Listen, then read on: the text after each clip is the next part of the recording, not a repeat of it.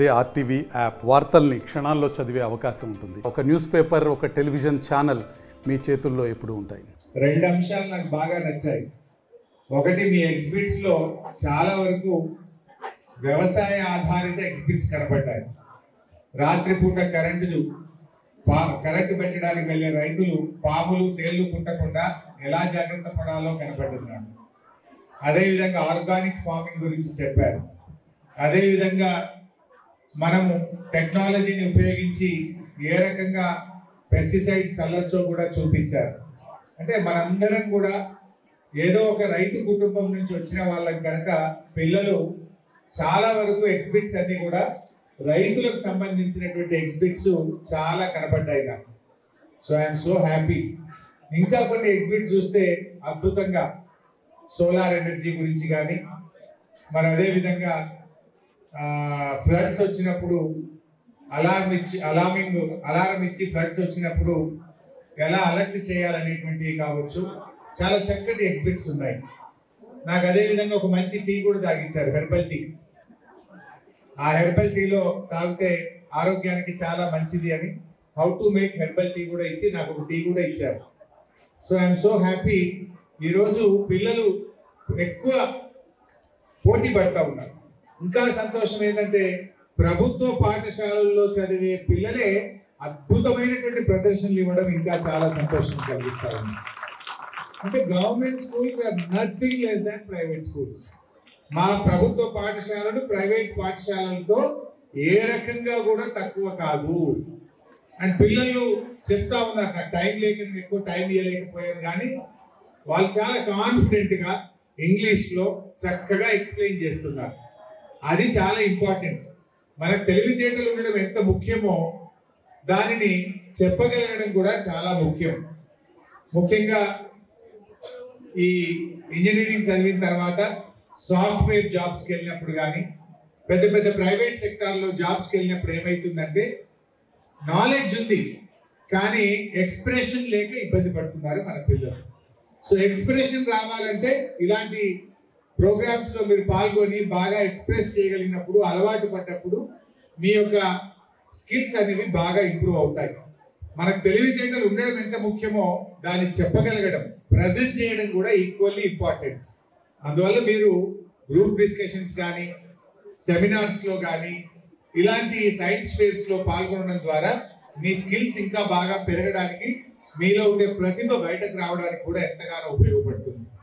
అదేవిధంగా then I appreciate our DEO and all the NEOs and all the headmasters and teachers.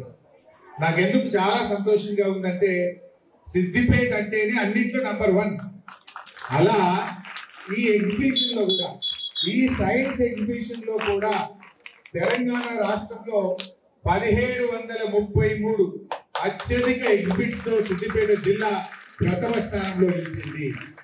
Not only this year, అంతకుముందు సంవత్సరం, పోయిన సంవత్సరం, ఈ సంవత్సరం, అది ఏ సంవత్సరం అయినా అత్యధిక సైన్స్ ఎగ్జిబిటర్స్ తో అత్యధిక మంది రాష్ట్ర స్థాయికి వెళ్తూ సిద్దిపేట జిల్లాను అగ్రగామిగా నిలిపినందుకు నేను అందరినీ కూడా మనస్ఫూర్తిగా అభినందిస్తా ఉన్నాను.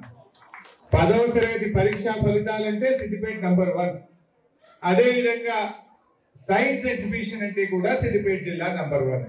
ఇలా అన్నింటిలో కూడా సిద్దిపేట జిల్లాలో అగ్రభాగాన్ని నిలుపుతున్నటువంటి మా ఉపాధ్యాయులను మనస్ఫూర్తిగా అభినందిస్తూ, మరి నిన్ననే ప్రభుత్వం గ్రేడ్ సిస్టమ్ తీసేశారు 10వ తరగతిలో. మరి ఎప్పుడైనా మనం 10/10 ఎంతమందికి వస్తే అంతమందికి నేను ఫ్రీ ఐప్యాడ్లు ఇచ్చాను.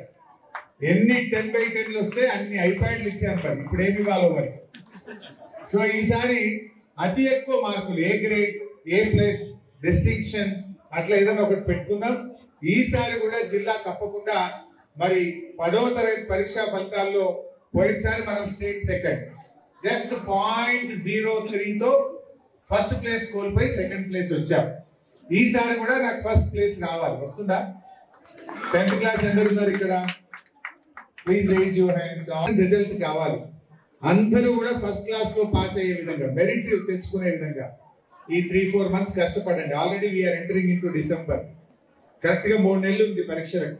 ఇంకా 100 days కౌంట్ డౌన్ స్టార్ట్ అయింది. 100 days, 100 రోజులు టీవీలు మానేయండి, ఫంక్షన్స్ వెళ్ళడం మానేయండి, ముచ్చట్లు బంద్ చేయండి, చదువు మీద దృష్టి పెట్టండి. ఇప్పుడే ఇందాక సోది చెప్పింది అఖిల. ఏం చెప్పింది సోదిగా? ఈ సెల్ ఫోన్లు వచ్చినాక అంతా ఫోన్లు చూసుడు ఎక్కువైపోయింది, టీవీలు చూసుడు ఎక్కువైపోయింది. పాత రోజుల్లో ఈ ఫోన్ల గోల లేదు, ఈ టీవీల గోల లేదు, అందరూ బాగుండే, ఇప్పుడు అంతా ఫోన్లే చూస్తున్నారు అన్నారు. ఈ 100 రోజులు ఫోన్లు బంద్ చేయండి. అమ్మాయి సోదిలో చాలా మంచి మాటలు చెప్పింది అఖిల. డ్రగ్స్ కు దూరంగా ఉందాం, సోషల్ మీడియాకు ఎగ్జామ్స్ ఉన్నప్పుడు మనం దూరంగా ఉందాం. అదేవిధంగా ఆడపిల్లలు బాగా చదువుతున్నారు అన్నారు. ఐ ఫుల్లీ అగ్రీ విత్ అఖిల. ఎందుకంటే నేను పోయినసారి హెల్త్ మినిస్టర్గా ఉన్నాను. ఎంబీబీఎస్ అడ్మిషన్ జరిగితే మేము దాదాపు 8,000 మందికి ఎంబీబీఎస్ లో మన రాష్ట్రంలో సీట్లు ఉంటాయి. 8,600 సీట్లు ఉంటాయి ఎంబీబీఎస్ లో. 8,600 ఎంబీబీఎస్ సీట్స్ ఉంటే almost more than 6,000 girls are coming. Boys 2,600, girls 6,000. అంటే ఆడపిల్లలు ఎంత బాగా చదువుతున్నారు. ఒకప్పుడు ఎంబీబీఎస్ అంటే ఏముండేదంటే ఆడపిల్లలు చదివేవాళ్ళు కాదు డాక్టర్లుగా. అప్పుడు గవర్నమెంట్ ఏం ఆలోచించిందంటే ఆడపిల్లలు కూడా డాక్టర్లు కావాలని గర్ల్స్ కోసం 20% రిజర్వేషన్ తెచ్చారు. గర్ల్స్ ఎంబీబీఎస్ లో 20% రిజర్వేషన్ తెచ్చింది ఒకప్పుడు ప్రభుత్వం. కానీ ఇప్పుడు నాకు అనిపిస్తుంది ఇక 4 రోజులు పోతే బాయ్స్ కు 20% రిజర్వేషన్ పెట్టాలి. నేను గర్ల్స్ ఎంబీబీఎస్ లో 20% రిజర్వేషన్ తెచ్చింది ఒకప్పుడు ప్రభుత్వం. కానీ ఇప్పుడు నాకు అనిపిస్తుంది ఇక 4 రోజులు పోతే బాయ్స్ కు 20% రిజర్వేషన్ పెట్టాలి. నేను ఆ పరిస్థితి వస్తుంది. ఆల్రెడీ 60, 65, 70% గర్ల్స్ అయిపోయింది. అది ఎంబీబీఎస్ అయినా పీజీ అయినా లాస్ట్ కు బొక్కల డాక్టర్ కూడా గర్ల్సే వస్తున్నారు. ఏ రెస్పెక్ట్ లేదు, అన్నిట్లో గర్ల్సే టాప్ అవుతున్నారు. మరి ఆ బహుశా 4 రోజులు పోతే మగపిల్లలకు ఎంబీబీఎస్ లో రిజర్వేషన్ పెట్టాల్సి వస్తుంది. సరే, ఎంత బాగా చదువుతున్నారు ఆడపిల్లలు అనడానికి అమ్మాయి అఖిల అద్భుతంగా చెప్పింది. What she said is absolutely right. నిజంగా ఆడపిల్లలు చాలా బాగా సైంటిస్టులు అవుతున్నారు, అన్ని కూడా అవుతున్నారు. మన తెలంగాణ రాష్ట్ర తొలి ముఖ్యమంత్రి గారు పోలీసులో మహిళలకు రిజర్వేషన్ లేదు, కానీ కేసీఆర్ గారు 33% పోలీసు ఉద్యోగాల్లో కూడా మహిళలకు రిజర్వేషన్ తెచ్చారు. ఇప్పుడు మీరు చూస్తే ఈ మధ్య మహిళా పోలీస్ కానిస్టేబుల్, మహిళా ఎస్ఐలు, మహిళా సిఐలు చాలా మంది కనబడుతున్నారు. ఇంకా పెరుగుతారు రాబోయే రోజుల్లో. అంటే ఇలా మహిళలు పురుషులు అనే తేడా లేకుండా అద్భుతంగా మన రాష్ట్రంలో బాగా మీరు చదువుకోవడం చాలా సంతోషం. అమెరికా లాంటి దేశంలో ఇప్పటి వరకు అమెరికన్ ప్రెసిడెంట్ మహిళ కాలేదు.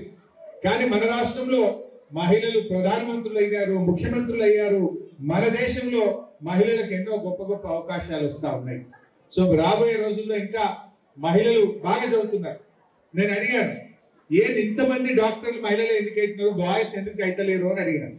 అడిగితే మహిళలు బాగా చదువుతున్నారు సార్, వాళ్ళు ఎంతసేపు బుక్స్ పట్టుకొని బాగా కాన్సన్ట్రేటెడ్ గా చదువుతున్నారు.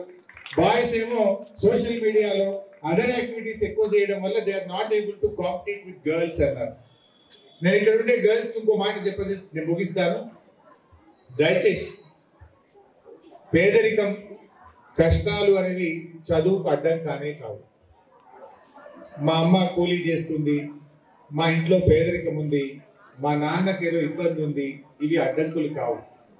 నీకు పట్టుదల ఉంటే ఏదైనా మీరు సాధించవచ్చు.